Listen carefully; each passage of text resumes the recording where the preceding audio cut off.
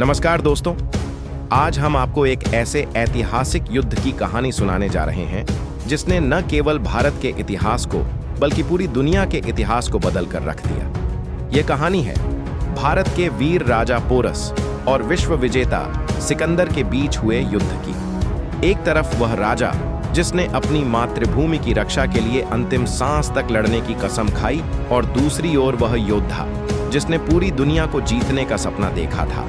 तो चलिए चलते हैं 326 ईसा पूर्व के उस दौर में जब सिकंदर ने भारत की धरती पर कदम रखा और उसकी मुलाकात हुई उस वीर योद्धा से जिसका नाम था राजा पोरस। सिकंदर यानी अलेक्जेंडर द ग्रेट, यह नाम सुनते ही एक ऐसे योद्धा की छवि हमारे सामने आती है जिसने फारस, मिस्र, बेबीलोन और कई अन्य देशों को जीत लिया था।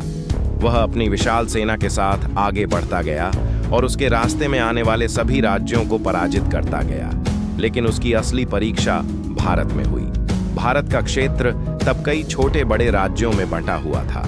कई राजाओं ने सिकंदर के सामने घुटने टेक दिए, लेकिन जब वह झेलम नदी के किनारे पहुंचा तो उसे रोकने के लिए राजा पोरस खड़े थे। राजा पोरस पंजाब क्षेत्र में झेलम और चिनाब नदी के बीच बसे ताकतवर साम्राज्य के शासक थे। वे न केवल एक बहादुर योद्धा थे बल्कि एक कुशल रणनीतिकार भी थे। उनकी सेना में विशाल हाथी थे जो युद्ध में उनकी सबसे बड़ी ताकत थी। जब सिकंदर ने भारत में प्रवेश किया तो उसने कई राजाओं को हरा दिया, लेकिन पोरस उन राजाओं में से नहीं थे जो बिना लड़े हथियार डाल देते। उन्होंने सिकंदर की चुनौती को स्वीकार किया और युद्ध के लिए पूरी तैयारी कर ली। साल 326 ईसा पूर्व झेलम नदी के किनारे यह ऐतिहासिक युद्ध लड़ा गया। सिकंदर जानता था कि पोरस की सेना बहुत मजबूत है और उनका सबसे बड़ा हथियार उनके युद्ध हाथी हैं। इसलिए उसने एक खास रणनीति बनाई। युद्ध से एक रात पहले सिकंदर ने अपनी सेना को कई हिस्सों में बांट दिया। उसने आधी सेना को सामने रखकर पोरस को भ्रम में डाला और दूसरी आधी सेना को रात के अंधेरे में झेलम नदी पार करवाकर पोरस की सेना पर अचानक हमला कर दिया। सुबह होते ही युद्ध शुरू हो गया। दोनों सेनाओं के सैनिक एक दूसरे से टकरा गए। सिकंदर की सेना में ग्रीक, फारसी और अन्य विजित देशों के सैनिक थे, जबकि पोरस की सेना में भारतीय योद्धा और विशाल हाथी थे। युद्ध के पहले कुछ घंटों तक पोरस की सेना ने सिकंदर की सेना पर जबरदस्त दबाव बनाया। उनके हाथी सिकंदर के सैनिकों को कुचल रहे थे। भारतीय घुड़सवार और धनुर्धर लगातार आक्रमण कर रहे थे। सिकंदर की सेना को भारी नुकसान उठाना पड़ा, लेकिन सिकंदर ने एक चाल चली। उसने अपने सैनिकों को आदेश दिया कि वे पोरस के हाथियों पर भालों से हमला करें, जिससे हाथी घायल होकर अपने ही सैनिकों को कुचलने लगे।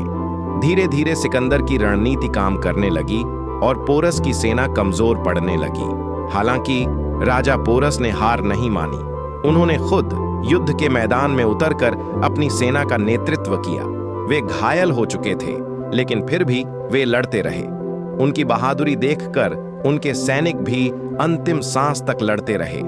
युद्ध कई घंटों तक चला और आखिरकार सिकंदर की सेना ने राजा पोरस को घेर लिया। पोरस बुरी तरह घायल थे, लेकिन फिर भी उन्होंने हार नहीं मानी। जब सिकंदर ने उन्हें बंदी बना लिया तो उसने पोरस से पूछा, राजा पोरस, तुम्हारे साथ कैसा व्यवहार किया जाए?